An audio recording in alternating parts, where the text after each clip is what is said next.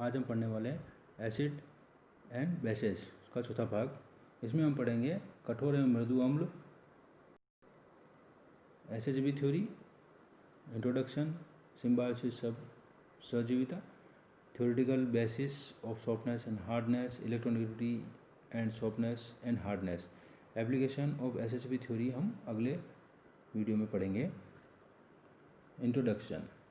उपसर्जक यौगिक को coordination compounds के क्षेत्र से संबंधित वैज्ञानिक काफ़ी समय तक यह तो जानते थे कि कुछ लिगेंड तो भारी आयनों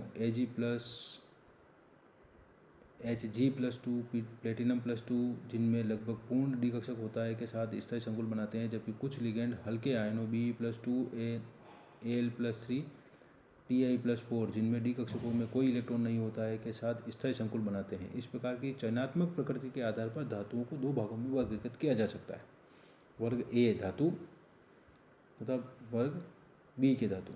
वर्ग ए के धातु क्षार धातुएं, क्षारीय मृदा धातुएं, हल्के संक्रमण तत्व, उच्च आक्षेपण अवस्थाओं वाले आयन जैसे Ti+4, क्रोमियम+3, Fe+3, CO+3 तथा बी वर्ग के धातु भारी धातु आयन अथवा निम्न आक्षेपण अवस्था वाले आयन जैसे Ag+,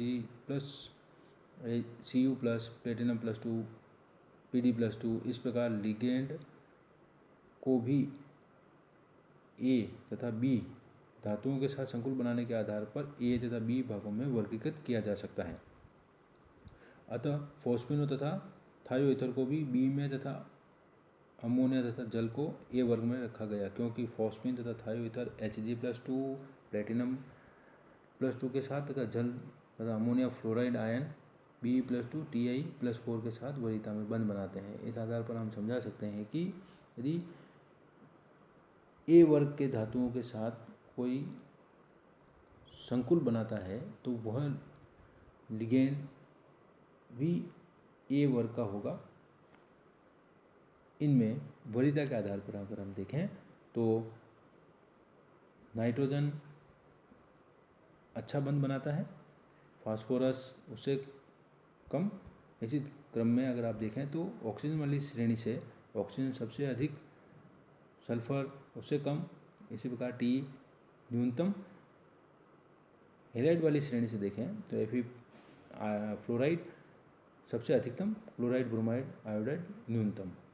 इसी प्रकार अगर बी के धातु आयनों के साथ संकुल बनाने की प्रवृत्ति देखें लिगेंडों की, तो ऐसे लिगेंड जिनमें नाइट्रोजन पाया जाता है उनकी प्रवृत्ति सबसे कम होगी, जबकि Sb की अधिकतम होगी। अगर ऑक्सीजन वाली सीरीज से देखें तो ऑक्सीजन की अधिक न्यूनतम होगी, जबकि टी की अधिकतम होगी। उसी प्रकार अगर हेलाइडों को देखें तो फ्लोराइड रखने वाले लिगेंड जो हैं वे उनकी प्रवृत्ति न्यूनतम होगी, जबकि आयोडीन रखने वाले लिगेंडों की प्रवृत्ति इस प्रकार बी वर्ग के धातुओं के साथ बंध बनाने की प्रवृत्ति अधिकतम होगी। इसी के आधार पर आप देख सकते हैं इस सारणी में, इसी के आधार पर R.G. पियर्सन ने वर्ग ए तथा बी के लिए क्रमशः कठोर तथा मृदु यानी कि सॉफ्ट और हार्ड शब्दों का प्रयोग किया। अतः कठोर स्पीशीज वह है जिसका आकार छोटा होता है तथा ध्रुवण क्षमता यानी पोलराइजेबिलिटी अधिक होती है, जबकि मृदु स्पीशीज वह है जिसका आकार बड़ा होता है तथा जिनकी आसानी से ध्रुवण हो सकता है। पियर्सन के अनुसार अम्ल तथा क्षार बनने में कठोर अम्ल कठोर क्षार के साथ तथा मृदु अम्ल मृदु क्षारों के साथ वरीयता में बंध बनाएंगे। इस आधार पर हम लुईस अम्लों एवं क्षारों को हार्ड, मध्यवर्ती तथा सॉफ्ट क्षारों में वर्गीकृत कर सकते हैं, जिसे इस सारणी में दिखाया गया है। लुईस अम्लों को 3 भागों में बांटा गया है। कठोर अम्ल proton, lithium, sodium, potassium, calcium इत्यादि जो हैं ये कठोर अम्ल होते हैं, जबकि मध्यवर्ती में Fe+2 कोबाल्ट, निकल, Cu+2 जिंक+2 इत्यादि मध्यवर्ती में। मृदु में अगर देखें तो आप Cu+, Ag+, Au+ इत्यादि मृदु में आते हैं। इसी प्रकार हम लुईस क्षारों को भी 3 भागों में बांट सकते हैं, कठोर, मध्यवर्ती तथा soft bases. H2O, OH-, F-, acetate, ammonia, sulphate, carbonate इत्यादि जो हैं ये कठोर क्षार यानी हार्ड बेसिस में आते हैं, जबकि इंटरमीडिएट में NO2 minus SO3 minus aniline इत्यादि जो है मध्यवर्ती में आते हैं। और सॉफ्ट बेसिस में अगर आप देखें तो H minus I minus SCN cyanide benzene इत्यादि मृदु क्षार में आते हैं।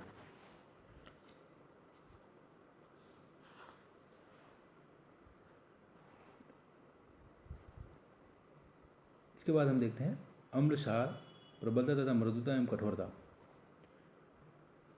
किसी भी अम्ल या क्षार की कठोरता एवं मृदुता का ज्ञान उनके द्वारा मृदु या कठोर क्रियाकारकों को दी जाने वाली वरीयता के आधार पर किया जा सकता है।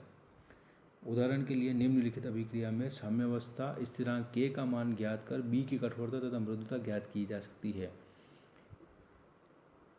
इस अभिक्रिया में BH प्लस CH3Hg+ वाली अभिक्रिया का साम्यावस्था स्थिरांक K ज्ञात करके हम इनकी सॉफ्टनेस तथा हार्डनेस ज्ञात कर सकते हैं तथा अभिक्रिया की को भी पता कर सकते हैं कि यह दाईं ओर होगी या बाईं ओर अग्रसर होगी।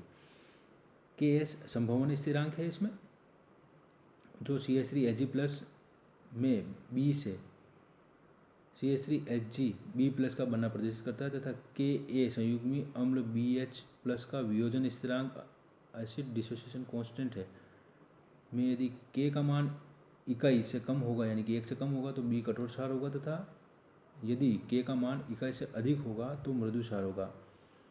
इस समीकरण में यह भी स्पष्ट होता है कि यदि क्षार B कठोर होगा तो उपरोक्त अभिक्रिया बाईं ओर चलेगी। इसके विपरीत अगर क्षार B ये सॉफ्ट होगा तो यह अभिक्रिया दाईं ओर चलेगी।